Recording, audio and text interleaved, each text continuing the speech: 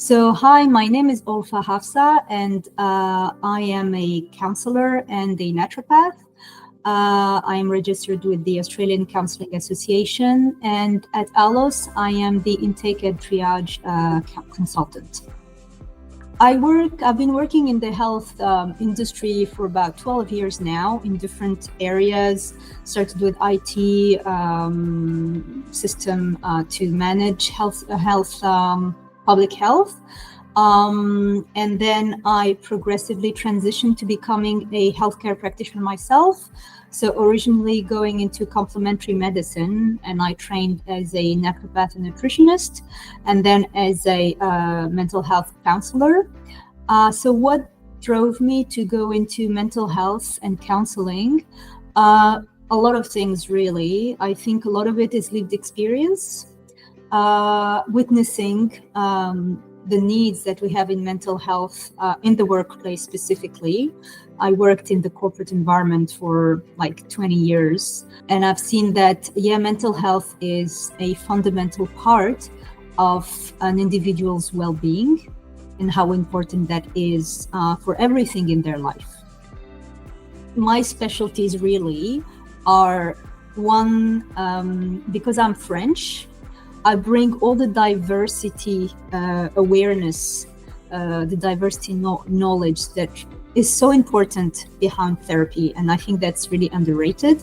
And that is especially true here in Australia, because we have a very diverse country and people with different cultural backgrounds have different mental health approaches and issues going on. So I think it's important to have that awareness. That's one thing. And the other, special thing about how I practice therapy is also the fact that being a naturopath and a nutritionist, I really bring all of the body somatic part and the integration between the mind and the body, which is so important. And so for me, I really can explain that to people and help them to work with both their mind and their body. And that's really like the holistic approach. Why do I find counseling and EAP counseling specifically so rewarding is because I feel that when I work with people one-on-one, well, first of all, I can see the person, find a space where they feel safe and see how that transforms them. And that helps them in their life. And it can be any part of their life, really. So that's the first aspect, is to see how that helps people. And also from my perspective, I find it's a great honor that someone would allow me to go into their personal space, because in a way, that's what's going on. It's a trust relationship that we have. And I find that very, very rewarding, because it's not that common to have people trust you and to trust people at that level.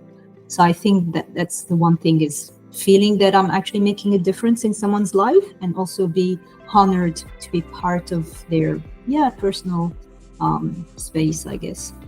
A fun fact about myself is I am a soprano singer in the oldest choir in Australia. So it's actually a choir that has 152 years. And I think it's one of the oldest in the world. So, and that brings me to something, is that singing is an amazing activity for mental health balance and body nervous system balance in general. So it's like at the same time a pleasure, a hobby, but it's also a very therapeutic thing to do. So I always encourage people to have something like that, like singing, music, arts, going into nature. Doing something for yourself. EAP is one important point to support mental health and well-being. And that's because a person cannot be separated into parts. Their workplace is completely connected to everything else. So when someone comes to get EAP support through their workplace, they're actually helping themselves in all aspects of their life. We cannot just target specific things. So for me, accessing EAP support is just one point of entry and one of the different ways that we have to actually take care of ourselves. And the more points of entries you have, the more support you get, and then the more chances you actually can take care of yourself and address things which might have been stored and unprocessed for a while, and getting the chance to actually go through them and process them and move to the next step. I think an important thing to understand with mental health, and that's true for EAP, but also other mental health support, and EAP is very important, is that the benefits that you get from getting mental health support, they're not just for mental health. People really need to understand this, and as a naturopath, I can talk about this very precisely, is that the mind and the body are connected. So when you take care of your mental health, and EAP is an important way to do that, you're actually taking care of your physical health as well. And that's really like chemically connected. So I always focus on that when I work with people, to explain that taking care of your mental health, you will also take care of your physical health. That's one of the benefits. And in terms of positive outcomes that you can get, well, first of all, just an outcome of feeling heard, and that makes a massive difference for people. Like they have this space for which they don't need to worry about how much it's going to cost me, and it's like a service which is offered to them. And I think that removes a lot of the pressure for some people to have to pay for this, like that aspect is put on the side. So it's really the person coming and getting support. And I think the benefit is the trust, the space, giving a breathing space to people, and allowing them to, address whatever they want to address. Workplace is always something that comes up. That's very important. But overall, the outcomes are going to be impacting their entire life. So ALOS is very unique in many different ways. I think one important aspect is the ethical context in which EAP is done. So we, as ALOS, we really want to work with clients who believe in having high standards of ethics in the workplace, and who believe in the importance of their employees' well-being. And that makes a massive difference in the initiative and how employees perceive that they're supported or not.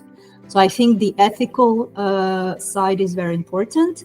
And regarding the way we actually provide support, so we really personalize the way we help staff members who contact us, from the point of getting the initial contact, the triage call, then the choice of the therapist, and then the follow-up on all of that. We really take the time with people, spend the time on the phone to understand what's going on for them, and then really try the best we can to match them with a therapist that aligns with what's going on. And it's not just random taking calls and then triaging them to just a random therapist. So I think that very high personalization of the service is seen as a very positive outcome. Like, people provide feedback that they're extremely happy with the experience that they've had through us. And it happens very often that actually sometimes staff members would refer to us their family members because they have had, they felt supported and they have seen the positive outcomes, and they want that for their families as well. So yeah, that's just evidence of how different we are. So if someone was hesitant to use EAP or had concerns, I would really clarify to them different things. So usually the concerns are around confidentiality, and that's such an important point. So when people contact us, everything is confidential. unless required by the law, and that these are very specific extreme cases. But other than that, it's something between ALOS and the staff member. So, and I know confidentiality, people fearing disclosure can be an obstacle. So I really want to reassure people about that. And also the other thing besides the confidentiality is about not the stigma, but sometimes people can be a bit uncomfortable. Oh, really? Mental health support? I've never had that before. How is it going to go? Can I actually feel comfortable talking to someone I don't know? I tell people, you know what? Just try it. You don't have to pay for it. It's free. You can have one session with someone. It doesn't, you don't have any commitment. The whole point is to actually help you, support you. And if at some point you feel uncomfortable, you don't want to do it anymore, there is no need to justify or anything. You can just say, you know what, I've done the experience and this is not for me. And that's totally fine. So that's why I say there is no negative outcome that can come out of it. However, there are a lot of positive outcomes, and sometimes people can be surprised because they don't expect. So yeah, just try it and see it by yourself rather than having assumptions on what it could be.